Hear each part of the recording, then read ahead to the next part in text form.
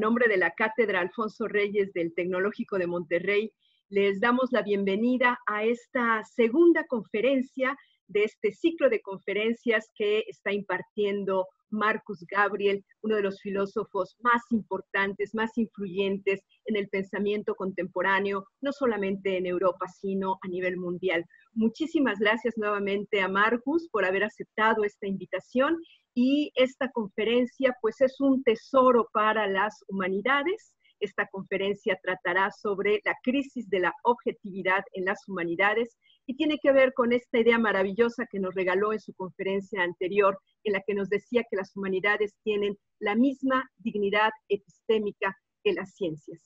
Muchísimas gracias, Marcus, y cedo la palabra con mucho gusto al decano de la Escuela de Humanidades y Educación del Tecnológico de Monterrey, Enrique Tamés, para que nos dé la bienvenida. Adelante, Enrique. Muchas gracias, Ana Laura. Hace poco más de un año tuve la oportunidad de conocer a Marcus Gabriel. Coincidimos en una serie de conferencias y de eventos en Buenos Aires, y era un mundo muy diferente al que nos encontramos en este momento.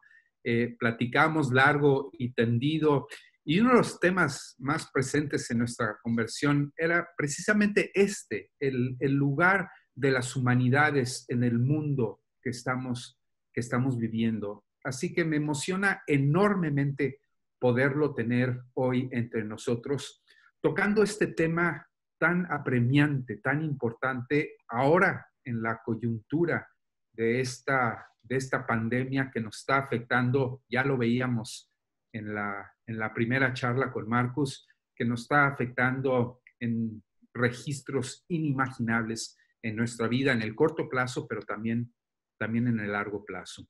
Quiero anunciar que, pues por las condiciones que todos ustedes saben, nuestra Feria Internacional del Libro de Monterrey, pues no se está llevando a cabo como normalmente ocurre en el mes de octubre de cada año.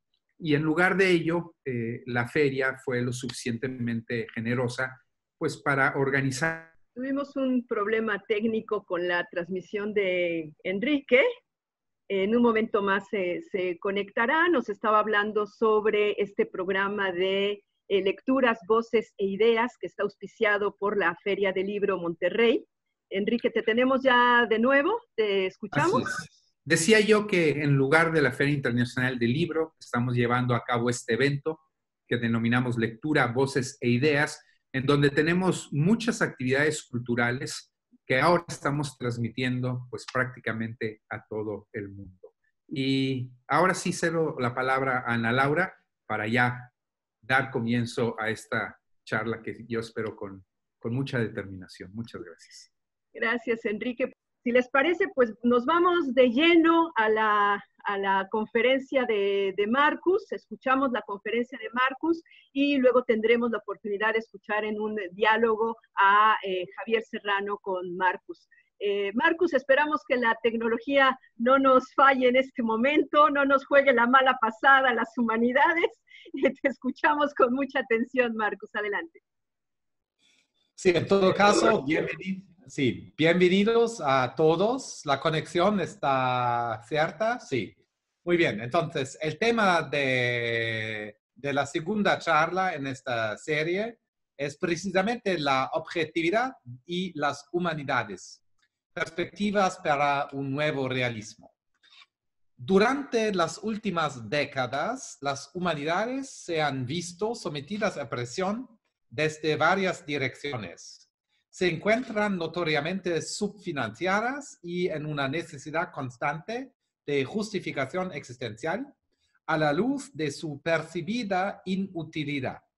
Este clima tiene causas socioeconómicas y históricas que las humanidades y las ciencias sociales bien puedan estudiar en conjunto.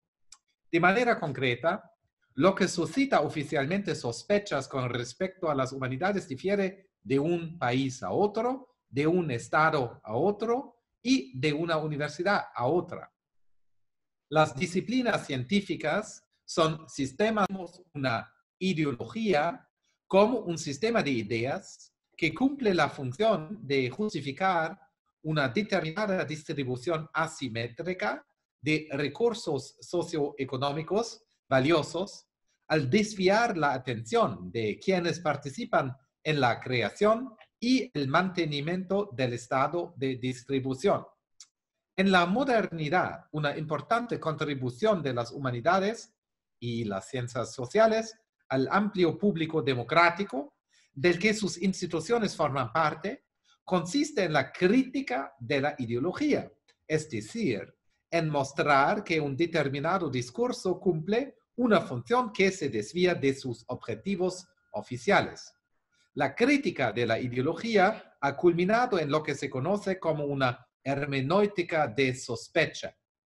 El problema es que la capacidad de diagnosticar una ideología se vuelve fácilmente contra sí misma, ya que las humanidades también son parte de sistemas socioeconómicos que no necesariamente o automáticamente traspasan. Como las humanidades empezaron a escrutarse en términos de sus mejores herramientas críticas, también empezaron a ponerse en peligro, como veremos a continuación. En mi conferencia actual argumentaré que hay dos fuentes importantes de presión justificativa contra las humanidades.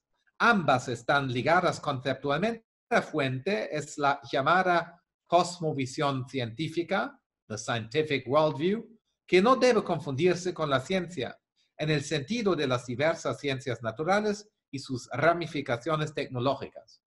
La segunda fuente es intrínseca a la historia de las humanidades desde la segunda mitad del siglo XIX. Culmina que, siguiendo al filósofo James Conant, llamaré pseudo-kantianismo. En la última ponencia de este siglo presentaré de una resolución de superar el problema de la objetividad, proponiendo una reformulación de Marco, la cual denomino nuevo realismo. Primera parte para hoy: el problema de la objetividad, la amenaza extrínseca y la intrínseca. Entonces, este concepto inicial de objetividad respecto al universo sustenta la llamada cosmovisión científica.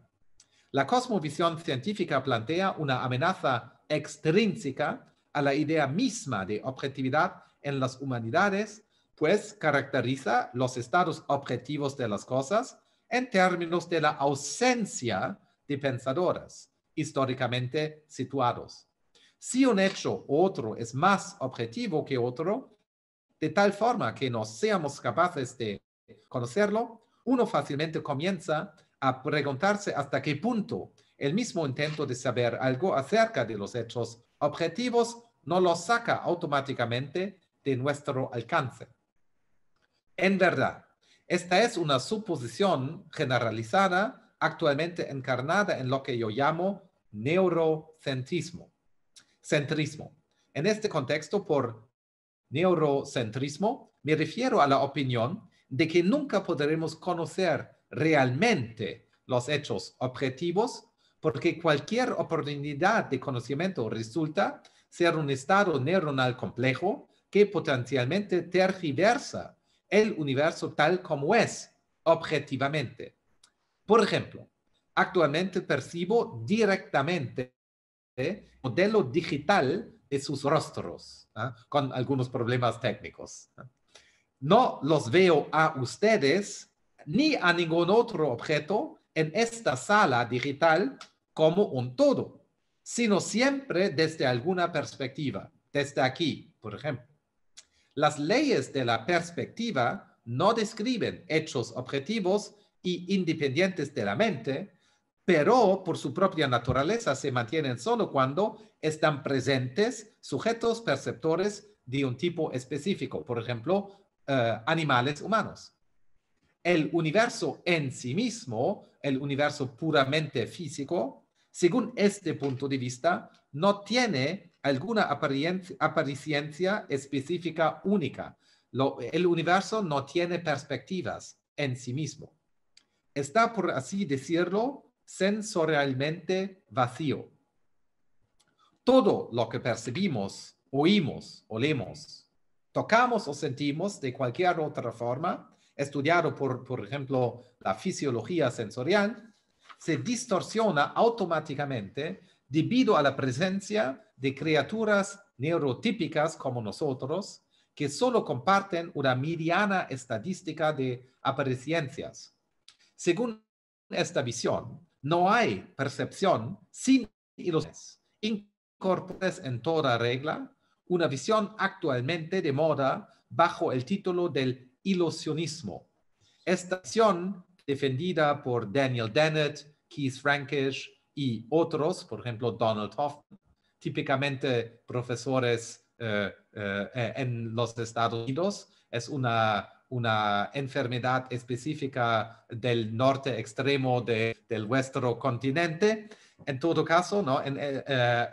Esta visión llega a negar por completo la existencia de los pensadores conscientes, ¿no?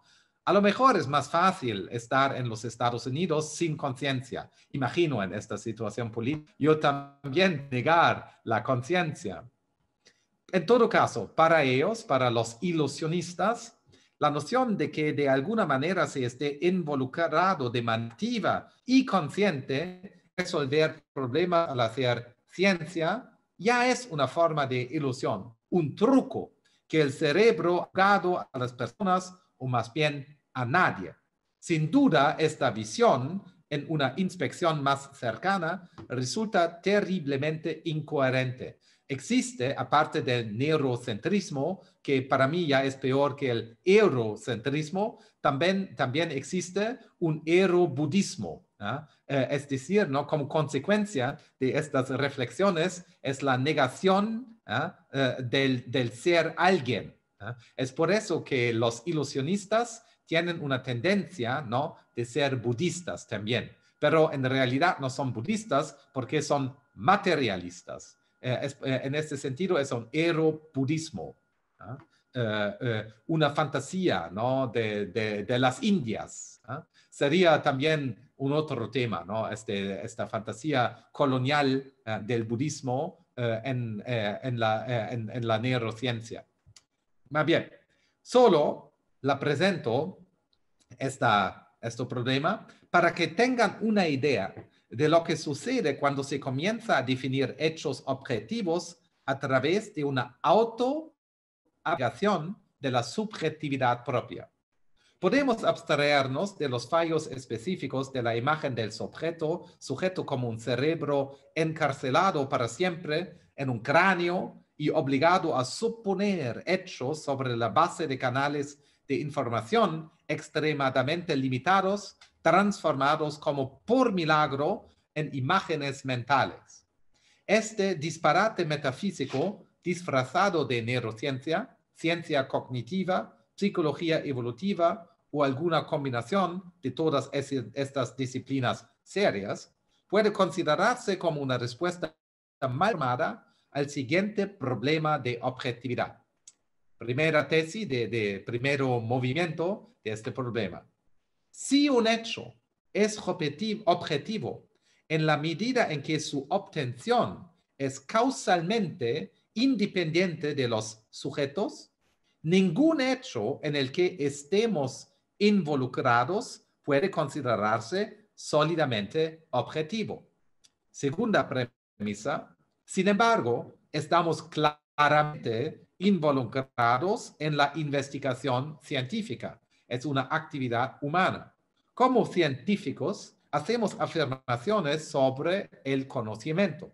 Estas afirmaciones no se pueden validar meramente en términos de valoración entre homólogos. De lo contrario, no podríamos distinguir la demencia colectiva, como la eugenesia racista, la caza de brujas medieval, el fenómeno ovni o, disculpen mi ejemplo tan europeo, el Brexit, de la ciencia. Las afirmaciones del conocimiento científico tienen éxito en la medida en que se refieren en un momento u otro a hechos objetivos. Sin embargo, por hipótesis, las afirmaciones del conocimiento en sí mismas no son hechos objetivos, son subjetivos, son actividades de sujetos, es decir, no son objetivos. Si todo lo que nos queda en nuestra caja de herramientas de categorías son hechos subjetivos, entonces las afirmaciones de conocimiento resultan ser subjetivas. Eso es la paradoja. Conclusión, pero ¿cómo pueden los hechos subjetivos, como las afirmaciones de conocimiento, ser objeto de afirmaciones de conocimiento propiamente objetivas y por tanto objetos de una ciencia? ¿Cómo es posible, cómo logra la ciencia saber algo respecto a la ciencia? Si los objetos de la ciencia son hechos objetivos, como el Big Bang, sería imposible afirmar que la ciencia sabe algo. Eso es la paradoja. Es decir, la cosmovisión científica nega la posibilidad del saber. Es el origen del fake news. El origen del the alternative fact, fake news, etc., es la ciencia, necesariamente. Tal como, ¿no?, las redes sociales, que son las máquinas de engaño y autoengaño que producen y reproducen falsas imágenes de los hechos, ¿no? Las redes son la expresión de la ciencia. Es decir, la ciencia produce la realidad de su imposibilidad a través de este problema de la objetividad. Esto es el fenómeno, ¿no?, la amenaza extrínseca al saber de las humanidades y a la ciencia misma. Claro, podemos llegar a comprender las afirmaciones de conocimiento científico exitosas al identificar la fuente de su éxito. De alguna manera están en contacto con hechos objetivos. Sin embargo, estar en contacto con hechos objetivos no es en sí mismo objetivo y por lo tanto no se trata de algo que pueda ser validado como éxito científico.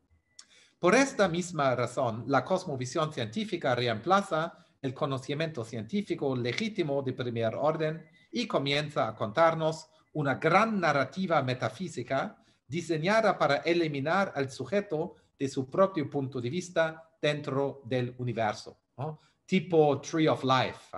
Empezamos con el Big Bang, después los dinosaurios, y al fin de esta historia estamos en el Wall Street. Esa es la gran narrativa de la cosmovisión científica. Pero es bullshit, porque esta visión, ¿no?, ¿quién ocupa este punto de vista? Es el sujeto, pero el sujeto no puede existir en la cosmovisión científica. Es por eso que estamos frente a una mitología muy, muy mal construida. Las mitologías, por ejemplo, de los pueblos dichos indígenas, estas mitologías, en cuanto a mitologías, eran mucho mejor. La ciencia es mejor en cuanto a ciencia, pero en cuanto a gran narrativa de metafísica, es una de las peores narrativas que en toda la historia de la humanidad, esta cosmovisión científica. No es una crítica de la ciencia, ¿no? Es una crítica de su ideología que estoy aquí introduciendo. No tiene nada a ver, no soy negacionista. Claro que hay fermiones, bosones, galaxias y grandes descubrimientos. Pero el problema es eso, ¿no? La incapacidad constitutiva de la ciencia de explicar su posición subjetiva. Segunda parte, y eso es en un cierto sentido peor, Foucault, la amenaza intrínseca. Por su propia naturaleza, la cosmovisión científica es una respuesta equivocada al problema de la objetividad, una respuesta basada en el deseo de negar la propia humanidad, para tomar prestada una frase del filósofo Stanley Cavell. Lamentablemente, las humanidades y las ciencias sociales no son inocentes a este respecto. Han despejado el espacio en el que ha entrado la cosmovisión científica. Se meten en problemas debido a una amenaza intrínseca a su propia objetividad.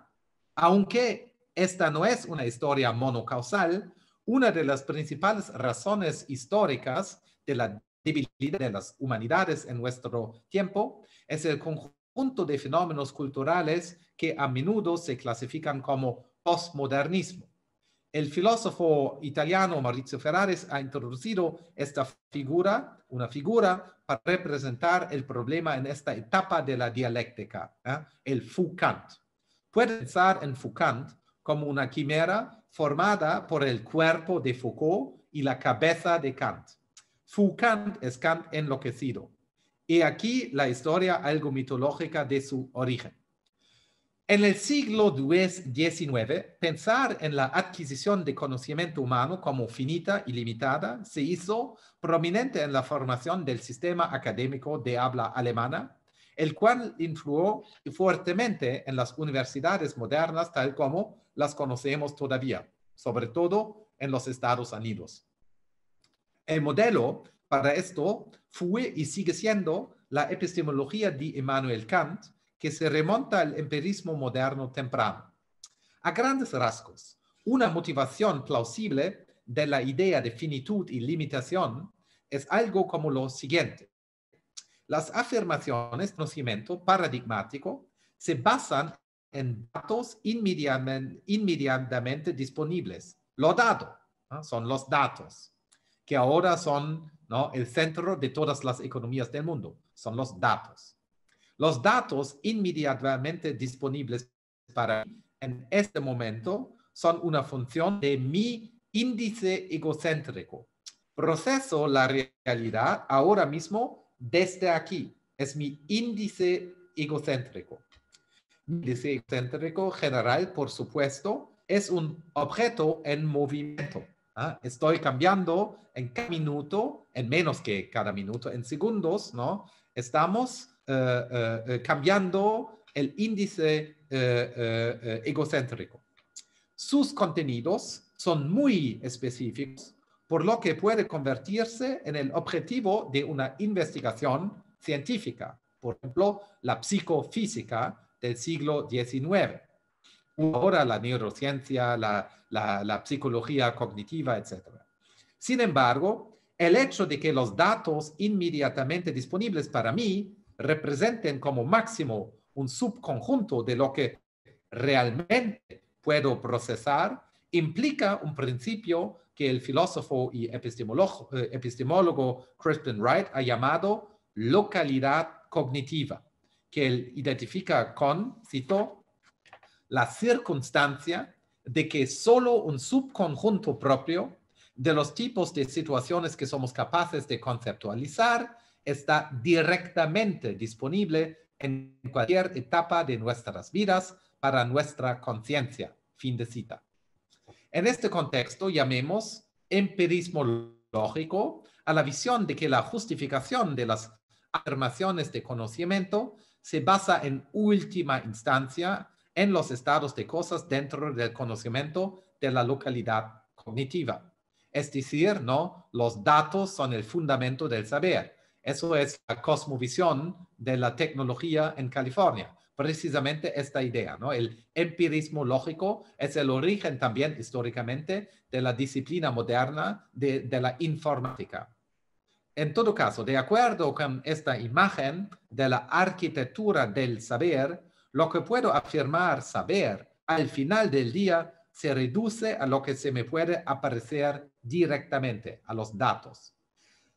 Las versiones de esta posición son un terreno común entre la cosmovisión científica y Foucant.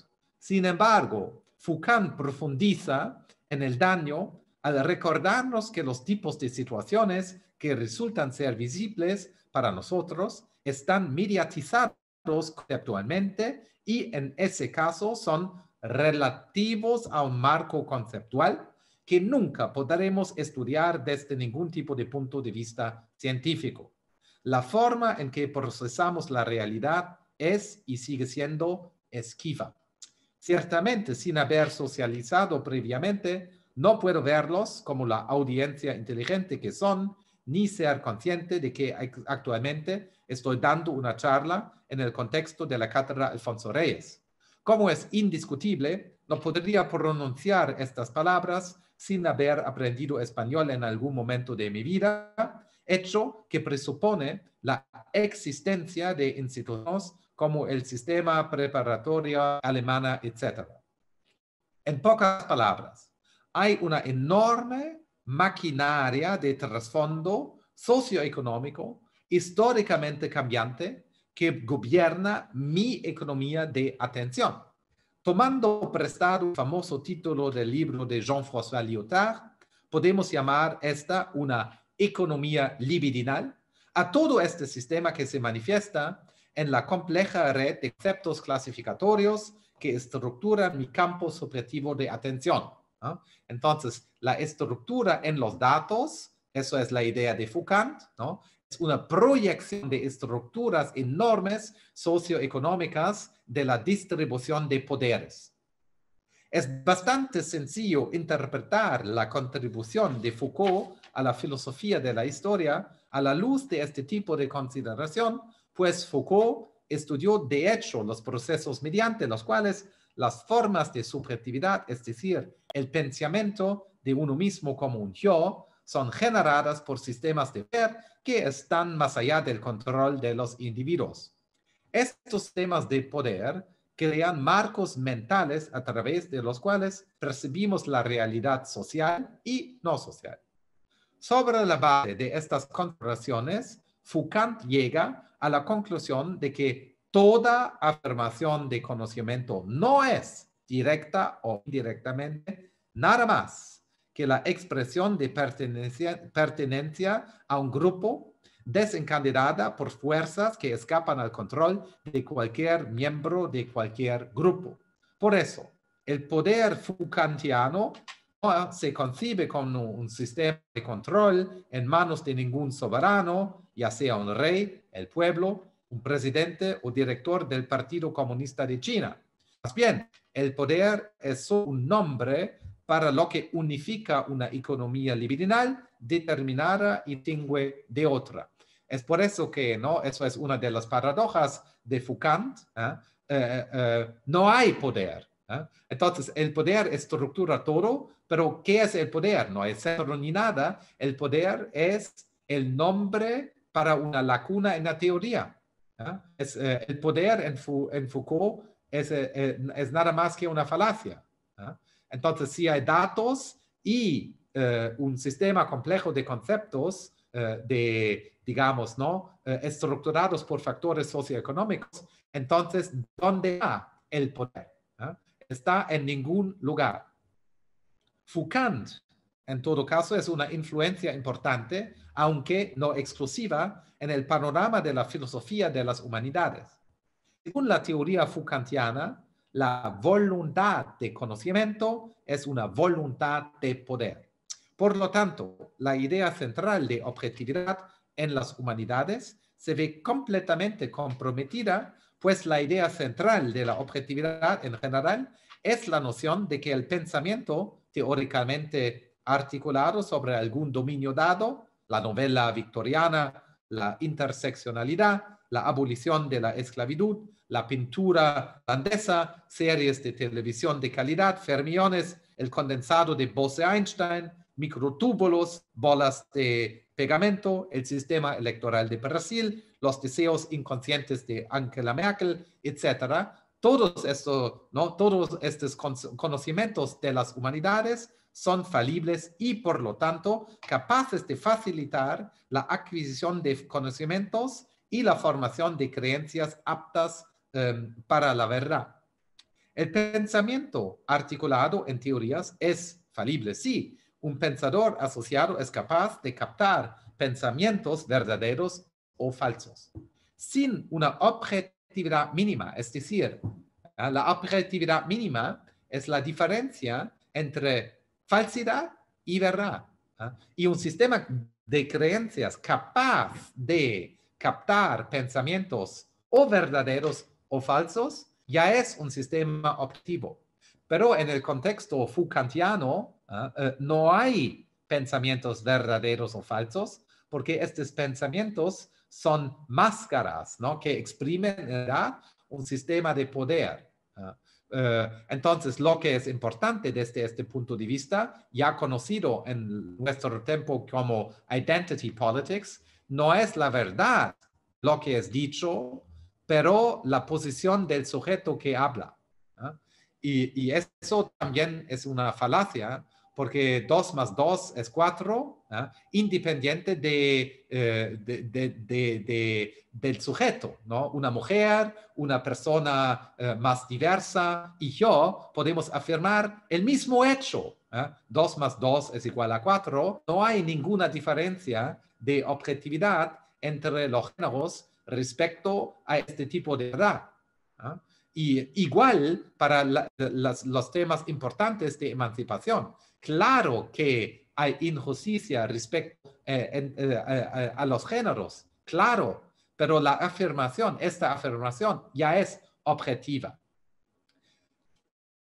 Es decir, sin objetividad mínima, la diferencia entre verdad y falsedad, nuestra teoría, nuestra teorización no podría nunca centrarse en ningún dominio.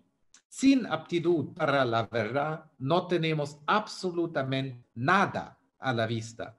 Teorizar se convierte en, cito Shakespeare, un cuento contado por un idiota, lleno de ruido y de furia que nada significa. Fin de cita. Sin duda, hay al menos un paso adicional que he suprimido en mi presentación de la amenaza intrínseca. La afirmación de que la voluntad de conocimiento es un afán de poder puede leerse de una manera conceptualmente mucho más inocua. En una lectura inocente, realizar una afirmación de conocimiento sobre un sistema dado es, entre otras cosas, un reclamo de poder, así como un reclamo para ser escuchado por otros, quienes deberían difundir la noticia de que tal o tal cosa es el caso. Aquellos cuyas afirmaciones de conocimiento resultan elegibles para ser escuchados, aparentemente cuentan con cierta autoridad a su disposición. Las afirmaciones de conocimiento, después de todo, son un asunto social en el sentido de que una de sus funciones centrales es dar derecho a alguien a actuar. Si sé que mi vuelo sale a una hora determinada, vuelos ya no existen, pero bueno, es un ejemplo del pasado, tengo derecho a acercarme al mostrador de facturación del aeropuerto. Si todos en Nueva York, por ejemplo, creyeran erróneamente que tienen derecho a acercarse al mostrador de facturación del aeropuerto, el sistema del aeropuerto colapsaría. Ya está colapsado, pero bien, por otras razones. La estabilidad mínima de la coordinación de acciones humanas depende, entre otras cosas, de la distribución de los derechos epistémicos y, por lo tanto, no podría garantizarse sin autoridades cambiantes. Foucault llama a esto aleturgia, la creación de la verdad.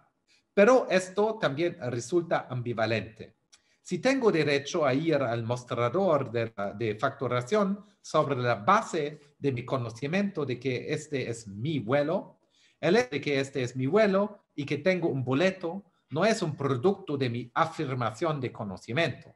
Al mismo tiempo, muchas cosas se producen por mi afirmación de conocimiento, como mi decisión de ir al mostrador junto con todo su rastro causal que eso conlleva en Nueva York. Construyo muchas verdades actuando de cierta manera a la luz de mis conocimientos. El físico George Ellis ha llamado recientemente a este hecho notable causalidad deductiva. Al deducir la consecuencia de un silogismo práctico, es decir, al averiguar a qué acciones tengo derecho si quiero alcanzar un objetivo importante, cambio la realidad comenzando dentro de mi organismo, cuyos estados se alteran significativamente en virtud de mi proceso de pensamiento y el consecuente comportamiento. La agencia real siempre cambia, si bien ligeramente, el universo. El error Foucaultiano se cuela en la historia en el momento en que la noción de que las afirmaciones de conocimiento son asuntos sociales es interpretada como una negación de los hechos sociales y no sociales objetivos. Sin embargo, que una persona tenga derecho a abordar un avión es un hecho cognoscible para el público, aunque la capacidad de conocimiento entre el público de este hecho no se comparta entre todos los estratos de la sociedad debido a los mecanismos de protección de datos. Si bien las afirmaciones de conocimiento son elementos en estructuras que no se obtendrían sin procesos de autorización y por ende poder, esto no afecta el estado objetivo de los hechos involucrados. Los sistemas que estudian las diversas humanidades y ciencias sociales son todos, como se dice, epistémicamente objetivos, independientemente del hecho de que no se habrían obtenido si no hubiese sido por la contribución significativa de mentes, personas, documentos, grupos, etcétera, a su propia constitución y mantenimiento. En las próximas conferencias de este siglo, esbozaré continuidad en las humanidades. En todo caso, argumentaré que el pluralismo ontológico, según el cual hay varios del nuevo realismo, la explicación de la objetividad en las humanidades.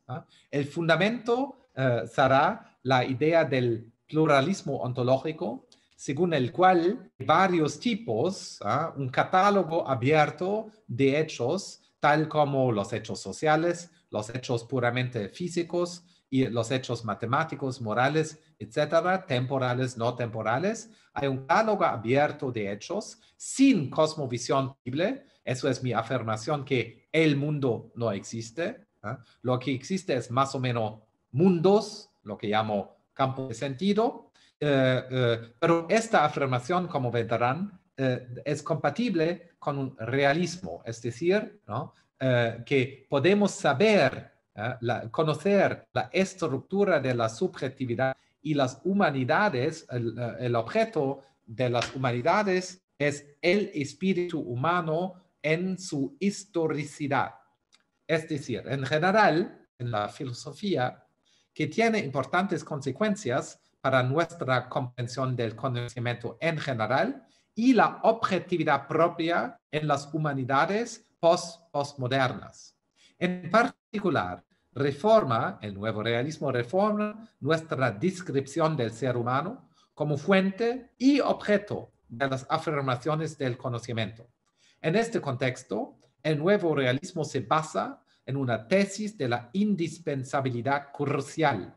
Simplemente, nunca podemos eliminar el cual los seres humanos recopilan información sobre la realidad humana y no humana por igual de nuestra explicación de la realidad misma.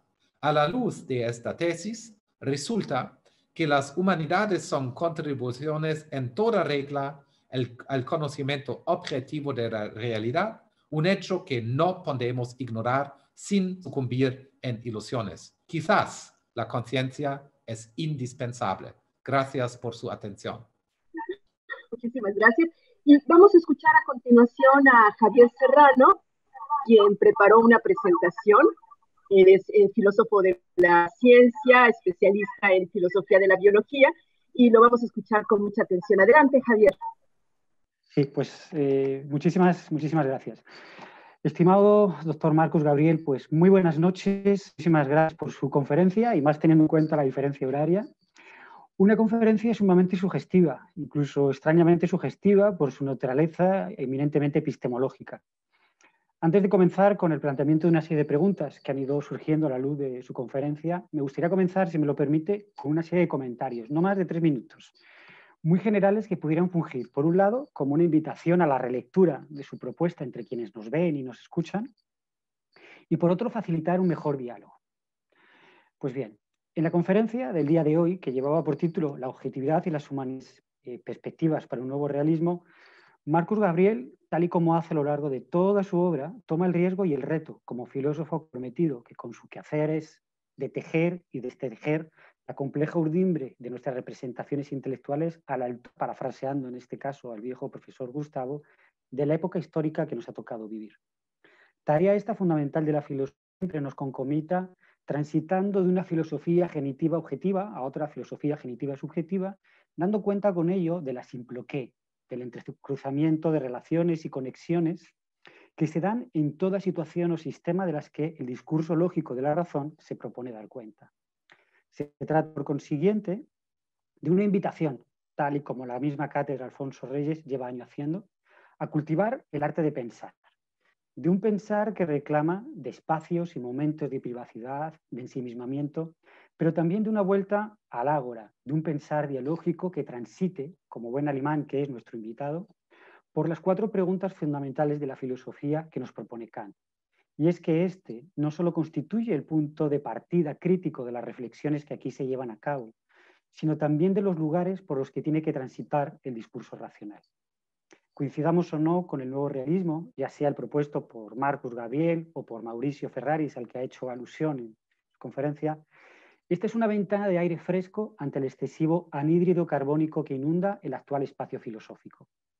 Un espacio cada vez más estrecho, cuyos escasos recursos, y aquí tal vez merezca la pena en el futuro próximo recuperar la propuesta de Imre Lakatos de programas de investigación, unos escasos recursos, les decía, que están siendo acaparados, allende de los comunes intromisiones que en todas partes ocurren, por 2 especuladoras tendencias. Por un lado, la filosofía pareciera haber quedado reducida a la luz de cuanto vemos en los medios y distribución de recursos, y subrayo medios y distribución de recursos, a la sociología.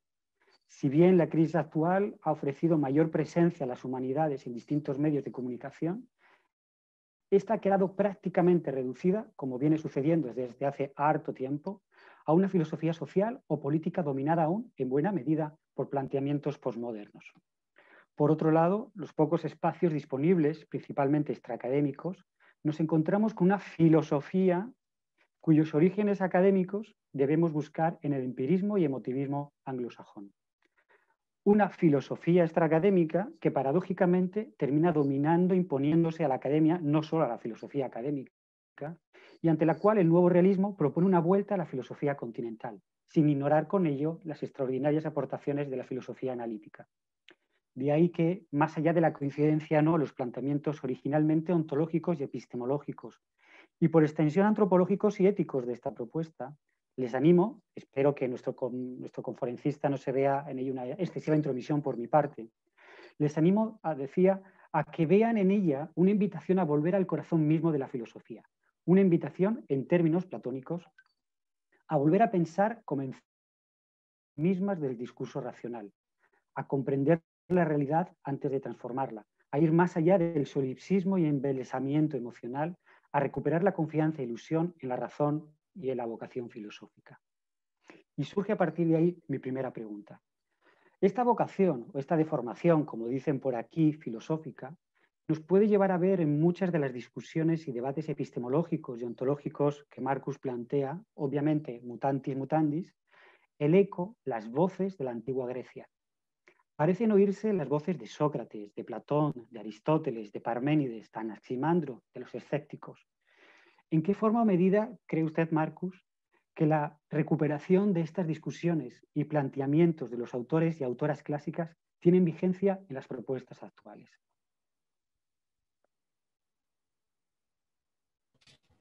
Sí, gracias. Sí. Es verdad que el fondo de la reflexión es muy griego. Sí. Entonces, por ejemplo, lo que podemos ahora traer, sobre todo, ¿no? de la discusión de Sócrates, estoy trabajando ahora en un libro con el título Being Wrong. Es decir, ser equivocado, ¿no? Estar equivocado. Esta tradición de los griegos, ¿no?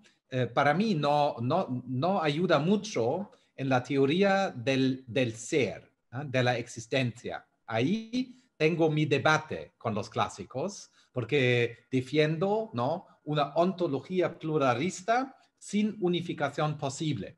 Esta posición no existía en la antigüedad y tiene consecuencias, ¿no? Epistemológicas también para la filosofía de la ciencia contemporánea.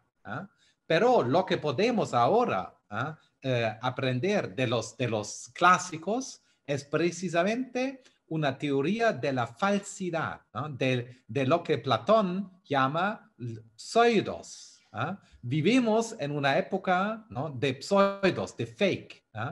Y para mí, Sócrates, ¿no?, toda esta posición de la filosofía frente, ¿no?, a la democracia griega, que es más o menos, ¿no?, una esfera pública sin verdad, ¿no?, un Facebook, we are not the arbiters of truth, son los sofistas. Y por eso me parece que podemos aprender mucho, ¿no?, del discurso del falso y de la ilusión viendo de los griegos. Es por eso que en este momento estoy retomando precisamente esta discusión que está en el centro, ¿no?, en la corazón del nuevo realismo. Pero hay diferencias, ¿no?, muy específicas. Por ejemplo, la manera en que estoy integrando los saberes contemporáneos, incluso evidentemente de las ciencias naturales, ¿no?, en el panorama en el panorama caótico de los saberes.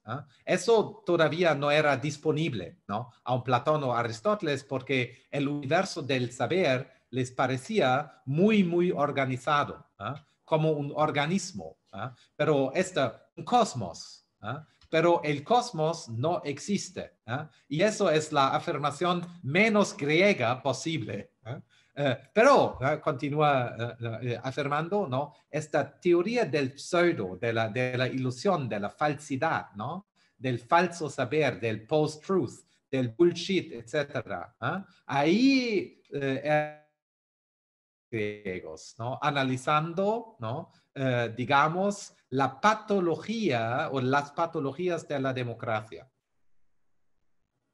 Sí, pues ojalá tengamos adelante la oportunidad más de hablar sobre esto y de profundizar, porque efectivamente, ¿no?, hay un poco en la discusión sobre las posibilidades del conocimiento, del discurso racional. Me da la impresión que es de donde arranca mucho del planteamiento que está haciendo. Y esas discusiones, ¿no?, entre el caos y el cosmos, encontramos en un pequeño fragmento del sofista, del sofista, el concepto de simploqué. Y me da la impresión, o por lo menos la lectura que estoy haciendo de su obra a través del concepto de simploqué, funciona perfectamente, o me da esa impresión. Ojalá tengamos la oportunidad de hablarlo en algún momento. Sí. Muy, muy y bueno, comentario, un pequeño comentario, ¿no? La mejor traducción de simploqué es Internet. Exactamente. Sí. Perfecto, muy bien. Pues paso a otras preguntas. Y en primer lugar, bueno, pues parece ser, ya que estamos hablando de equivalentes y de traducciones, ¿no?, pues parece existir un equivalente en español. No existe. Tenemos mensajes institucionales de que Zoom está teniendo problemas técnicos en todo el mundo, en buena parte del mundo. Entonces, justo en nuestra conferencia hemos estado teniendo un poco de problemas. Pedimos una disculpa. Sí, en ese sentido creo que viene a colación el comentario de Marcus, ¿no?, de Internet como simploqué. Muy ad hoc. Esa suerte, sí, entrelazamientos, de esta idea de que, por un lado, todo está conectado con nada. Muy bien, ya tenemos a Marcus de vuelta. El término Geist en español, parece que no hay un equivalente, Marcus. ¿Hay un equivalente en inglés de Geist o podrías explicar un poquito más este término de Geist? Sí. Entonces, es por eso que ¿no? Trabajo con este término, ¿no?, como demostración que el autorretrato del ser humano, tenemos conceptos para describir a la propia mente, ¿no? Entonces, ¿qué se pasa dentro de mí, en mi subjetividad? Y hemos, en todo momento, ¿no?, tenemos lo que llamo un vocabulario mental, ¿no? Y Geist es la capacidad humana de vivir la vida a la luz de una concepción de sí mismo.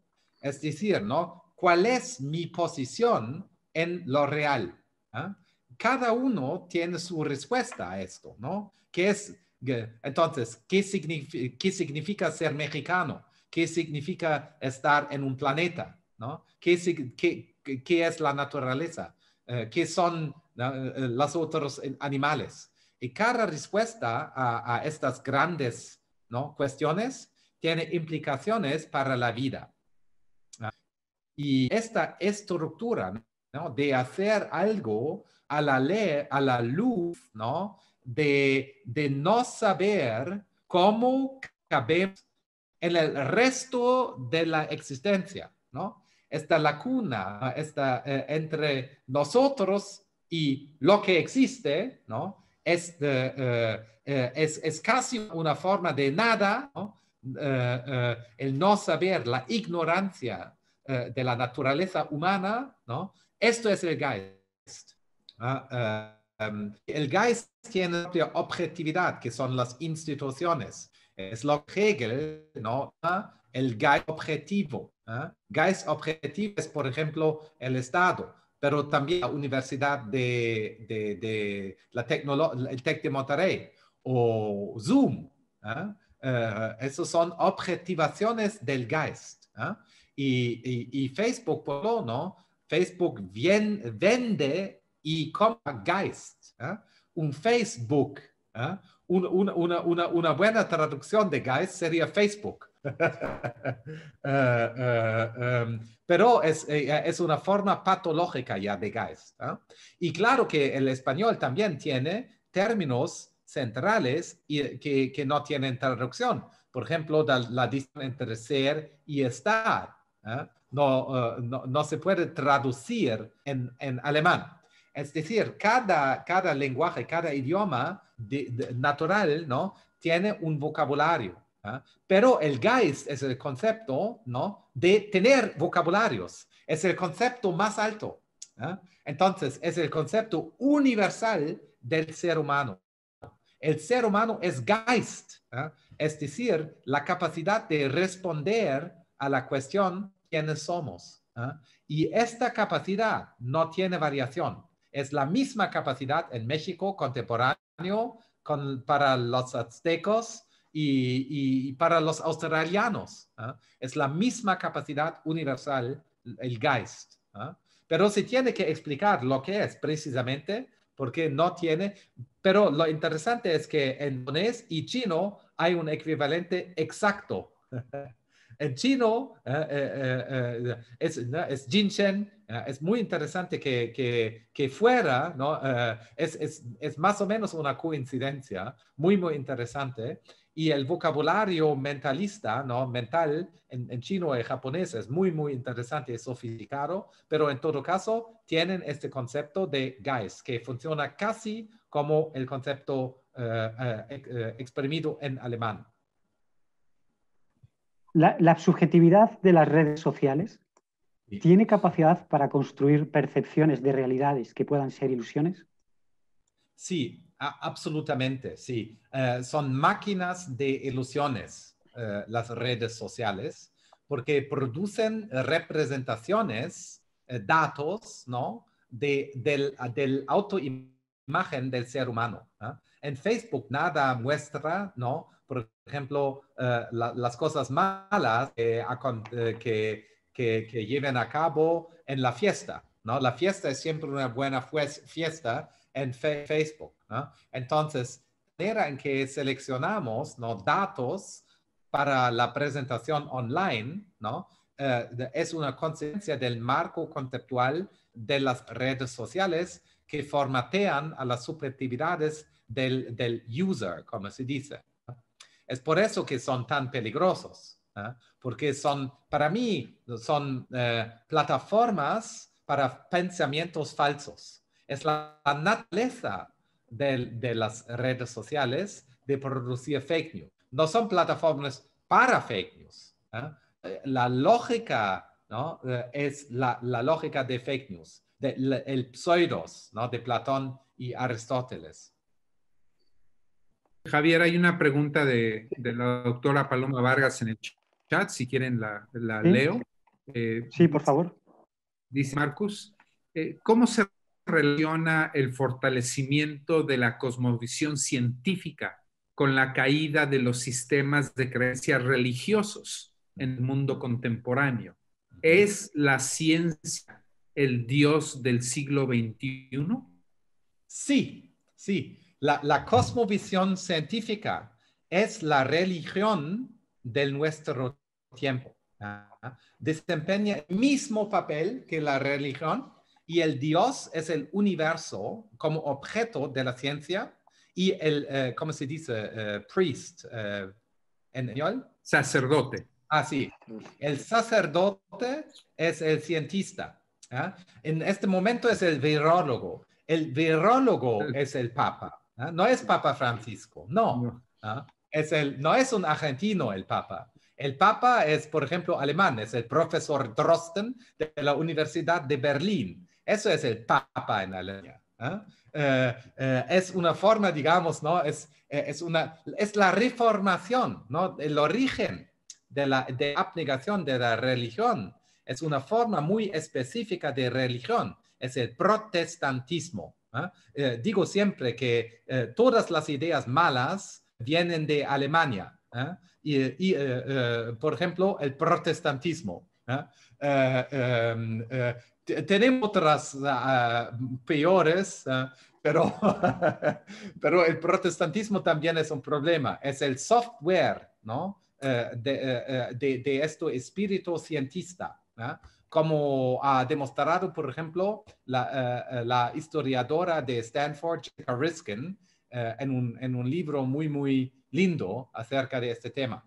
Pero el caso es eso, sí. La cosmovisión científica no es científica, es religiosa. Es una mitología muy, muy espida y muy peligrosa. Por ejemplo, ¿no? La combinación de ciencia y tecnología a más gente en los últimos 200 años que todas las religiones en toda la historia humana. 2 guerras mundiales con técnica, ¿no? Etcétera, ¿no? Las armas químicas. Entonces, ¿no? Claro. Y si continuamos así en la forma de vida global neoliberal, la combinación de ciencia y técnica va a destruir a toda la humanidad, porque resulta en la catástrofe climática. El problema del clima es precisamente esta religión, porque la idea es siempre, ¿no? Podemos solucionar el problema con más técnica. Por ejemplo, tenemos el problema virológico. La solución es esta, Zoom. Pero Zoom, etcétera, producen polución de emisiones. Los datos son físicos, son intervenciones en la estructura electrodinámica del universo. Es por eso que tenemos incendios en California. Son los datos en los servers que producen o que contribuyen a los incendios. Pero estamos negando eso porque la fantasía es que la ciencia resuelve todos los problemas. No, la ciencia produce problemas que después la ciencia resuelve y este ciclo vicioso destruye literalmente al ambiente en que podemos sobrevivir.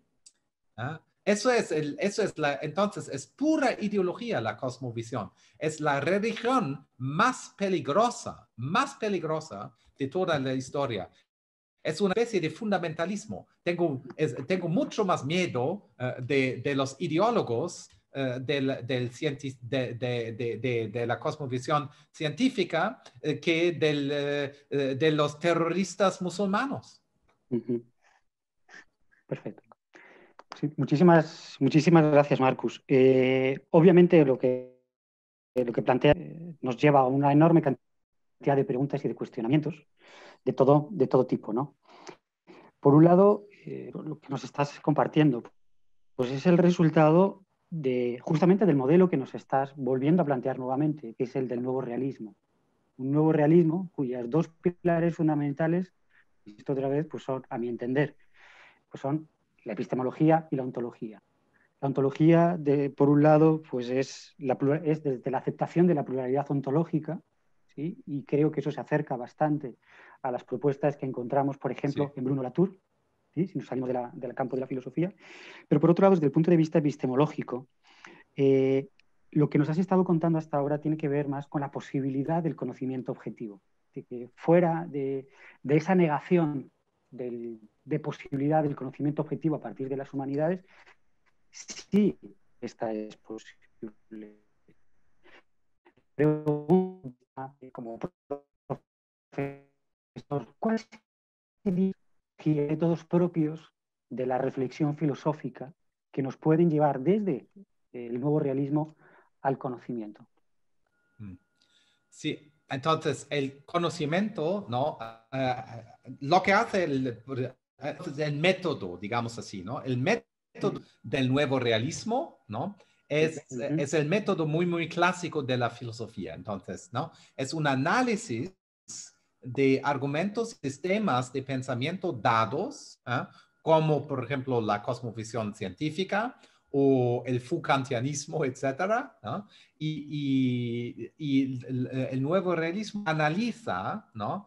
La manera en que los pensamientos, ¿no? se relacionan entre sí, sin bloqueo, con la meta, ¿no? de presentar un sistema conceptual mejor, es decir, que no comete las mismas falacias, ¿no? que tiene virtudes epistémicas. Esto es mi método. Es por eso que critico las ideologías para justificar una posición, una visión positiva que es el nuevo realismo. El nuevo realismo resulta de la crítica de la ideología. Eso es su cercanía con las humanidades. Pero la meta es el conocimiento objetivo y no el activismo, digamos, feminista. La justificación para un activismo feminista es la injusticia respecto, por ejemplo, a las mujeres. Pero eso es un hecho lamentablemente objetivo. Y el nuevo realismo, ¿no? es capaz de identificar falacias, el mal, etcétera, ¿no? en el tejido de los pensamientos humanos. Y define puntos conceptuales, inferencias, silogismos, argumentos, ¿no? que nos dan, que nos prometen un éxito para ver la realidad tal como es. Como decía más o menos Wittgenstein. Al final del nuevo realismo se ve claramente tal como son las cosas. Pero es un método, en un cierto sentido, similar ¿no? a la psicoterapia. Hay un elemento de psicanálisis en lo que estoy haciendo, pero siempre con la idea, ¿no? del conocimiento objetivo, del saber. No es meramente una práctica, como es realmente una teoría. Perfecto.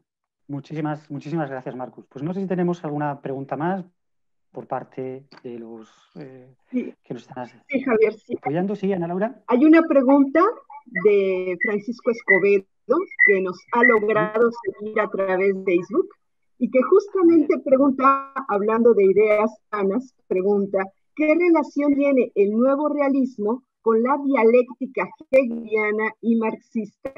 ¿En qué sentido se complementan o contraponen al momento de comprender la realidad sociopolítica, el conocimiento y la historia? Entonces, sí, el problema en temas de dialéctica, soy schellingiano. La mejor dialéctica es la dialéctica para mí, ¿no? Del filósofo también alemán, Schelling, que era, ¿no? amigo y después también profesor de Hegel en Jena. Bueno, pero el problema, empezamos con Hegel, ¿no? El problema de la dialéctica hegeliana es que se desenvuelve en un contexto cerrado, es un sistema cerrado por naturaleza. Es decir, ¿no? Hegel, a la fin de la lógica, es un monista. Todo tiene lugar, ¿no? en un lugar que tiene todo como contenido, ¿no? La idea absoluta, como dice Hegel, Entonces, la dialéctica tiene en Hegel tiene un fin que es monismo ontológico. No es claro nadie sabe si Hegel realmente llega a este fin. Toda la discusión sobre Hegel de los últimos casi 200 o más de 200 años ahora, ¿no? Toda esta discusión nos muestra que no sabemos si funciona el sistema. En el caso de Marx, ya es muy, muy difícil decir qué es la dialéctica. Tengo mis simpatías para Marx, claro, el concepto de ideología, etcétera, pero no creo que el propio Marx tenía una teoría aceptable a la luz de estándares contemporáneas, tanto en las ciencias sociales como en la filosofía contemporánea. Entonces, esto sería, tendríamos que leer algunos textos juntos, sobre todo para mí la ideología alemana. Entonces, estoy aquí en Bonn, la Universidad de Marx, donde empezó a estudiar en esta zona, la Renania. Es una zona de resistencia, ¿no? Aquí. Y la resistencia marxista a la ideología lo comparto completamente, pero la teoría entonces tiene sus problemas, digamos, puramente teóricos. Lo que es la consecuencia de su voluntad de rechazar el proyecto de una teoría filosófica. Marx, en mi lectura, no es filósofo, es antifilósofo. Es una tendencia, ¿no? Inherente al pensamiento filosófico, la tendencia de atacar la objetividad de la propia filosofía. La meta, muy bien, en el caso del marxismo, redistribución, abertura de las fronteras, etcétera. Claro, estoy de acuerdo, pero la dialéctica, la dialéctica para mí, ¿no? más perfecta que conozco en la historia es la de Shelley. Pues muchas gracias, Marcus. Se nos acabó el tiempo. En verdad esperamos poder tenerte por acá en un año tal vez, o en 2 años, de manera presencial, para tener todo un seminario sobre el nuevo realismo. Sería muy importante para nosotros. Y por lo pronto, pues te esperamos el próximo 10 de noviembre para la tercera y última conferencia del ciclo, que es sobre la crisis del ser humano. Y veremos ahí cómo reaparecen o no reaparecen los clásicos. Muchísimas gracias, Marcus. Te mandamos un abrazo muy cariñoso desde México y nos vemos el 10 de noviembre. Sí, un abrazo. Chao.